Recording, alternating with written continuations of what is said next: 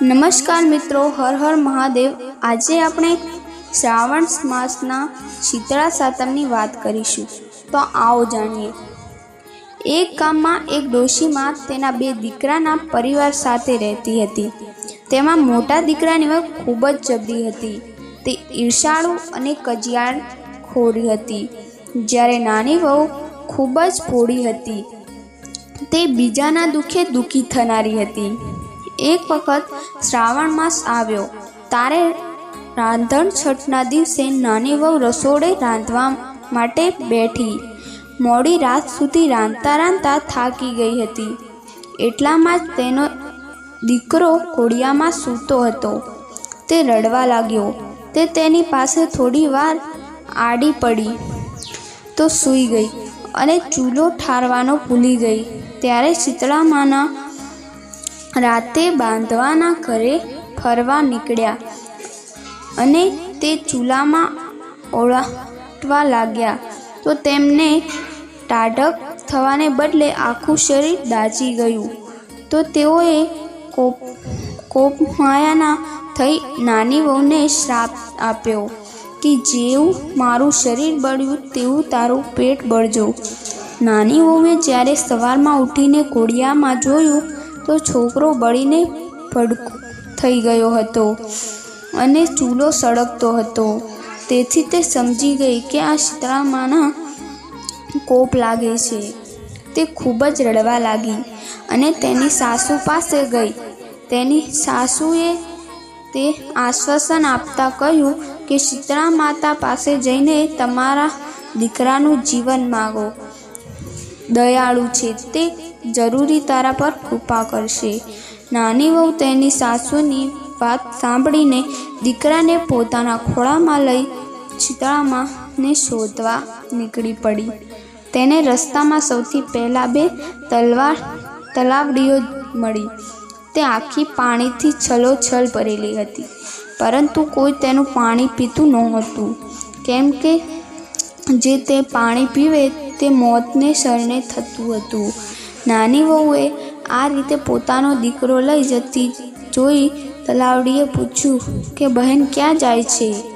તો નાની વહુએ પોતાના પર લાગેલ શીતળા માતાના કોપની વાત કરી અને કહ્યું કે હું માની કૃપા મેળવવા માટે જાઉં છું।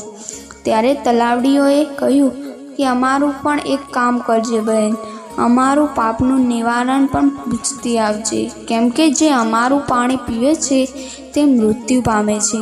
નાની વહુ ખૂબ આગળ વધી તો તેને બે આખલા લડતા જોયા મળ્યા। બંનેના ગળામાં ઘંટડીના પડ બાંધેલા હતા। નાની વહુએ જતી જોઈને તેઓએ પૂછ્યું, બહેન ક્યાં જાય છે?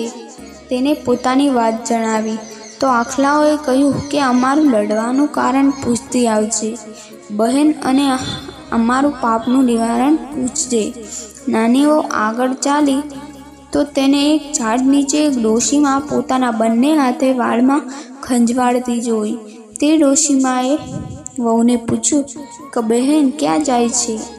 આમ હાંકતી હાંફતી વહુએ શીતળા માતાના કોપની વાત કરી।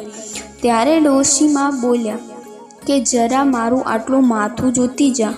નાની વહુ ખૂબ જ દયાળુ હોવાથી તે ના કહી શકી નહીં।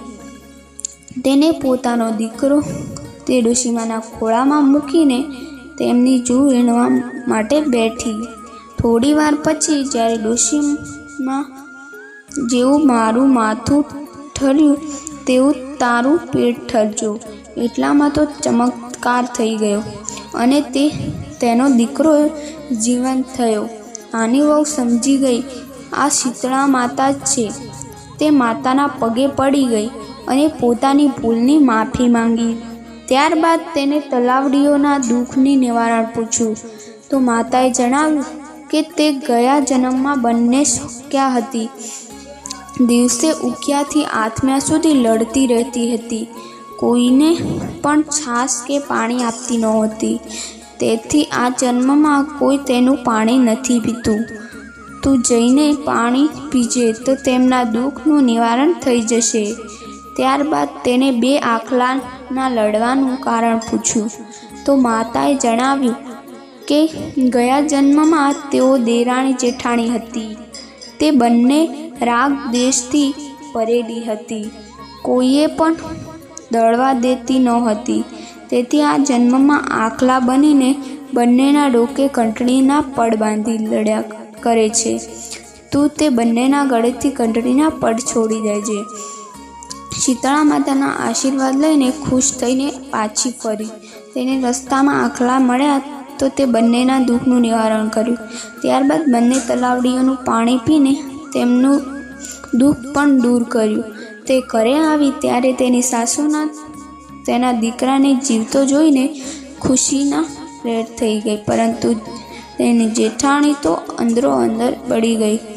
આ રીતે 1 વર્ષ પૂરું થઈ ગયું અને ફરી વખત શ્રાવણ માસ આવ્યો ત્યારે જેઠાણી પગ દેરાણી જેમ શીતળા માતાના દર્શનની ઈચ્છા થઈ તો તે પણ ચૂલો સળગતો મૂકીને સૂઈ ગઈ. રાતે જ્યારે શીતળા માતા આવ્યા તો તેમનું શરીર ચૂલામાં આળોટવા કારણે બળી ગયું. તો તેઓએ મોટી વહુને પણ શાપ આપ્યો કે જેવું મારું શરીર બળ્યું તેવું તારું પેટ બળજો. માતા શાપના કારણે તેમને દીકરો બળી ભડકું થઈ ગયો હતો. તેને રસ્તામાં 2 તલાવડીઓ મળી. તેઓએ તેને પૂછ્યું, બહેન ક્યાં જાય છે? તો તેને કહ્યું, દેખાતું નથી, મારો દીકરો મરી ગયો છે, શીતળા માતા પાસે જાઉં છું. તલાવડીઓએ પૂછ્યું કે અમારું કામ કરીશ? તો તેને ના પાડી દીધી અને ચાલી નીકળી. થોડાક આગળ જતાં આખલા મળ્યા તો તેઓએ પણ તેમનું કામ કરવાની ના પાડી દીધી.